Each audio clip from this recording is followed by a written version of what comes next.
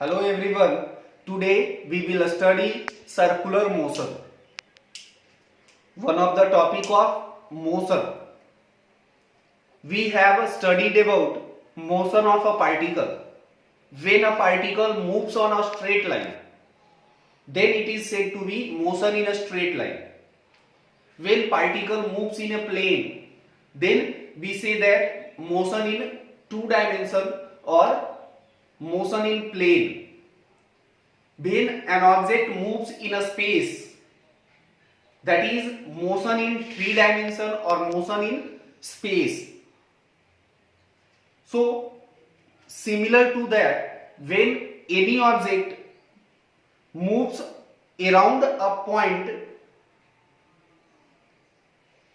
we can say that is the motion of particle is circular motion. Like the minute hand of a clock moves in a circular path like this around a point.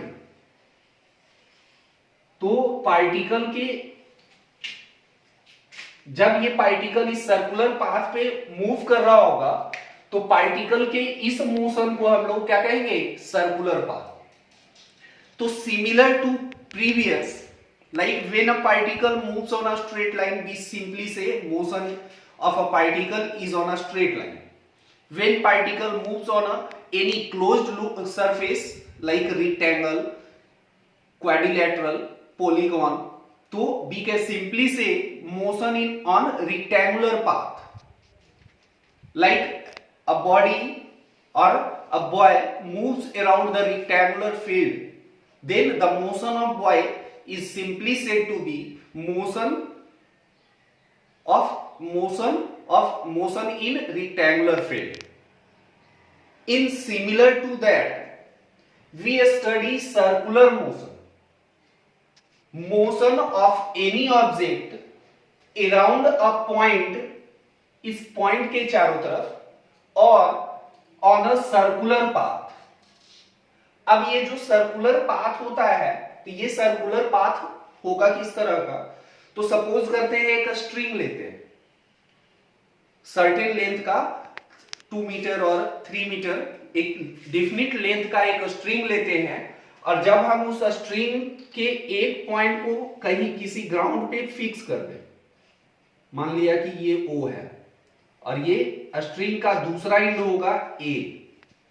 अब इस दूसरे and को हम पकड़ के move करना शुरू कर दी. ये स्ट्रिंग जो है ये लूज नहीं होना चाहिए. तो जब ये स्ट्रिंग के अलोंग हम मूव करेंगे तो हम ऐसा ऑब्जर्व करेंगे कि हम एक पाथ पे मूव किए. कैसा पाथ? तो ऑन कर्व पाथ. तो और वो कर्व पाथ क्या है? तो इस पॉइंट के चारों तरफ, तो इस पॉइंट के चारों तरफ जो पाथ हम लोग को मिलता है, इसी पाथ को हम लोग सर्कुलर पाथ कहते हैं. और कोई भी ऑब्जेक्ट इस तरह के पाथ पे यदि मूव करता है, then the motion of that object is defined as circular motion. Circular path पे जब कोई ऑब्जेक्ट मूव करेगा तो क्या कहलाएगा? Circular motion of that object. तो इस प्रकार से हम लोग सर्कुलर मोशन के बारे में जाने. जिस तरह से पहले हम लोग मोशन पढ़े थे, मोशन दो तरह का होता था, यूनिफॉर्म मोशन और non uniform motion. Uniform motion कहने का मतलब कोई भी object equal amount of distance equal interval of time में कवर करता है तो ऑब्जेक्ट के मोशन को हम लोग यूनिफॉर्म कहते थे. और यदि अनइक्वल डिस्टेंस को इक्वल टाइम इंटरवल में कवर करता है तो हम लोग क्या कहते थे? Non uniform motion. तो उसी प्रकार से यहां पर जो सर्कुलर मोशन होगा वो क्या होगा? यूनिफॉर्म भी होगा और नॉन यूनिफॉर्म होगा. किसी तरह का पार्टिकल, तो यूनिफॉर्म सर्कुलर मोशन कब होगा? तो जब कोई पार्टिकल किसी पॉइंट के चारों तरफ रोटेट करे या मूव करता हो, यानी कि सर्कुलर पाथ पे मूव करता हो, और जब इस सर्कुलर पाथ पे मूव करेगा तो उस पार्टिकल का डायरेक्शन उस मोशन पार्टिकल के मोशन का डायरेक्शन कंटिन्यूअसली हर एक पॉइंट पे चेंज करता है, और इसी तरह के मोशन को हम लोग क्या कहेंगे, यूनिफॉर्म सर्कुलर मोशन, यानी कि rotation of earth about its axis, एक पॉइंट या एक लाइन के लॉन्ग घूमना। जब हम टिप लट्टू, we have been familiar with लट्टू, तो लट्टू एक पॉइंट के चारों तरफ रोटेट करता है, घूमता हुआ होता है, तो द मोशन ऑफ लट्टू इज सर्कुलर मोशन। उस लट्टू में हम लोग ऑब्जर्व करते होंगे कि जब वो घूमता होता है तो कुछ समय के बाद वो रुक जाता है। जैसे we take a ball and a ball, जब बॉल में बॉल को रख करके घुमाते हैं तो बॉल उस बॉल के वाल पे चारों तरफ घूमता हुआ होता है। जैसे ही हम उसको घुमाना छोड़ देते हैं तो बॉल धीरे धीरे धीरे धीरे उसका सेंटर पे आके रुक जाता है। Ball comes to rest after some time. तो जो बॉल का मोशन होगा वो कैसा मोशन होगा, तो सर्कुलर पाथ पे मूव कर रहा होगा, तो सर्कुलर मोशन कहलाता है। लेकिन उसका मोशन जो है वो लगातार, जैसे ही हम घुमाना बंद कर दिए तो बॉल का मोशन धीरे धीरे करना शुरू हो गया, और धीरे धीरे वो एक समय ऐसा आ गया कि रेस्ट में आ गया। इतना, इसका मतलब क्या है कि जो मोशन ऑफ बॉल है वो क्या होगा, नॉन यूनिफॉर्म है। रोटेशन ऑफ अर्थ अपने एक्सिस पे लगातार क्या करता है, रोटेट करता है, और ये जो रोटेशन है ये कभी रुकने वाला नहीं है, जैसे कि बॉल में बॉल रुक गया। तो इस प्रकार से कोई भी ऑब्जेक्ट जब सर्कुलर पाथ पे रोटेट करता है, सर्कुलर किसी पॉइंट के चारों तरफ राउंड लगाता है, तो इस मोशन को हम लोग सर्कुलर मोशन डिफाइन करते हैं, और यही जो मोशन है यही सर्कुलर मोशन कहलाएगा। Now we can define uniform circular motion. If a particle moves along a circular path with constant speed, जब कोई भी ऑब्जेक्ट कांस्टेंट स्पीड से किसी सर्कुलर पाथ पे मूव करता है, then the motion of particle is defined as uniform circular motion.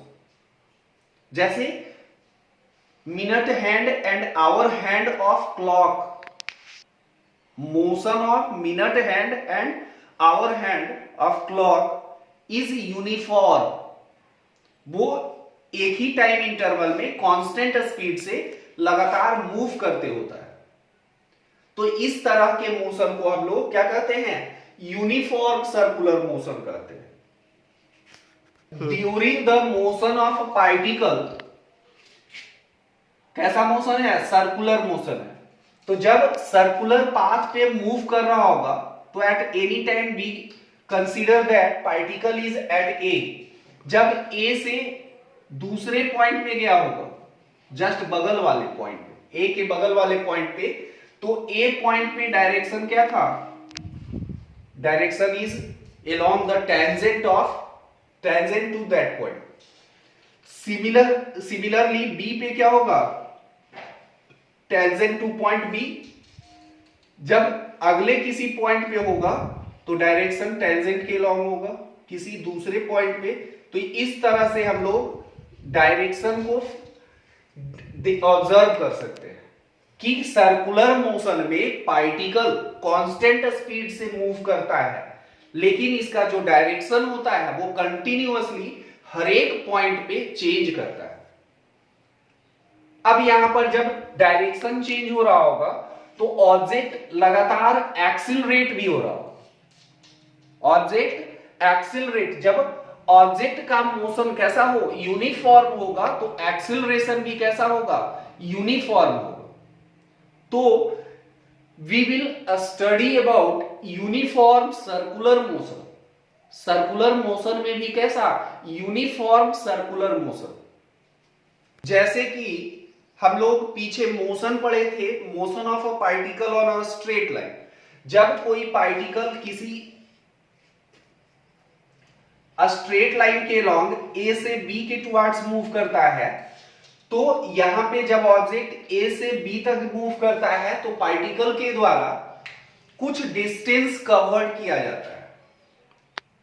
जैसे minute hand of clock moves around the point of centre of clock. तो यहां पे क्लॉक हैंड और मिनट हैंड के द्वारा सर्टेन डिस्प्लेसमेंट को कवर किया गया हो। तो पीछे हम लोग जब मोशन इन स्ट्रेट लाइन पढ़ते थे तो वहां पर सिंपली डिस्प्लेसमेंट आता था। तो यहां पर जो डिस्प्लेसमेंट होगा तो ये कैसा डिस्प्लेसमेंट होगा, तो in circular motion we define a angular displacement. जो डिस्प्लेसमेंट आएगा वो जब एंगल फॉर्म्ड होता है तो वही जो डिस्प्लेसमेंट हम लोग को प्रोवाइड करता है। तो जब पार्टिकल किसी सर्कुलर पाथ पे मूव कर रहा होगा, सपोज कि एक मान लेते हैं क्लॉक है, मिनट हैंड यहां से मूव करना शुरू किया, यहां से मूव करके इस पॉइंट तक आता है ए से बी के लिए, तो यही जो एंगल मिला हम लोग को, सपोज कर लेते हैं कि दैट इज थीटा। तो theta is the angular displacement of particle moving on a circular path. तो यहां पर जो डिस्प्लेसमेंट हम लोग को मिलेगा वो किस फॉर्म में, एंगल के फॉर्म में, और इसी डिस्प्लेसमेंट को हम लोग एंगुलर डिस्प्लेसमेंट कहते हैं।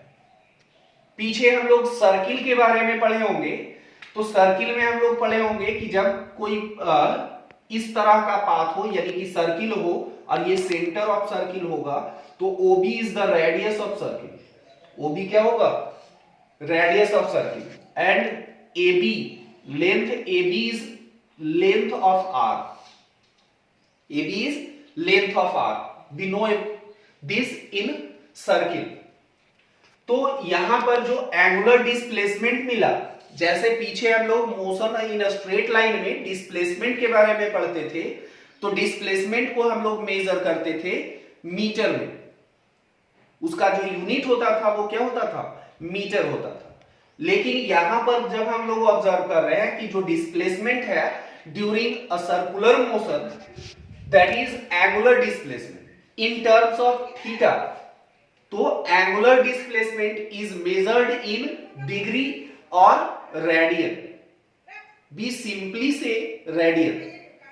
तो यहां पर जो थीटा का वैल्यू होगा, तो इसको हम लोग मेजर करेंगे तो क्या मिलेगा, 30 डिग्री, 60 डिग्री, और यही डिग्री को जब हम स्टैंडर्ड यूनिट में मेजर करेंगे तो यही हम लोग क्या होगा, रेडियन कहते हैं। अब here we have to define 1 radian.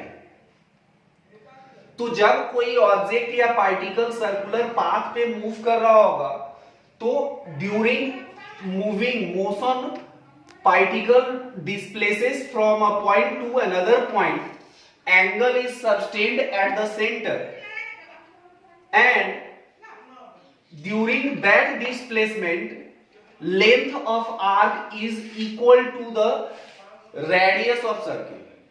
Length of arc क्या हो, रेडियस ऑफ सर्किल के बराबर हो, इक्वल होगा। तो आर इज इक्वल टू जब एल होगा तो क्या होगा, एंगल जो डिस्प्लेस्ड होगा दैट इज 1 रेडियन। तो इस तरह से हम लोग 1 रेडियन को डिफाइन करते हैं कि जब कोई पार्टिकल सर्कुलर पाथ पे मूव करता हो और सर्टेन पॉइंट डिस्प्लेसमेंट के बाद जो एंगल बनता है वो रेडियन 1 रेडियन होगा। कब, तो length of arc is equal to the radius of circle, that is 1 radian. तो यही क्या कहलाता है, angular displacement. So that's all, thank you।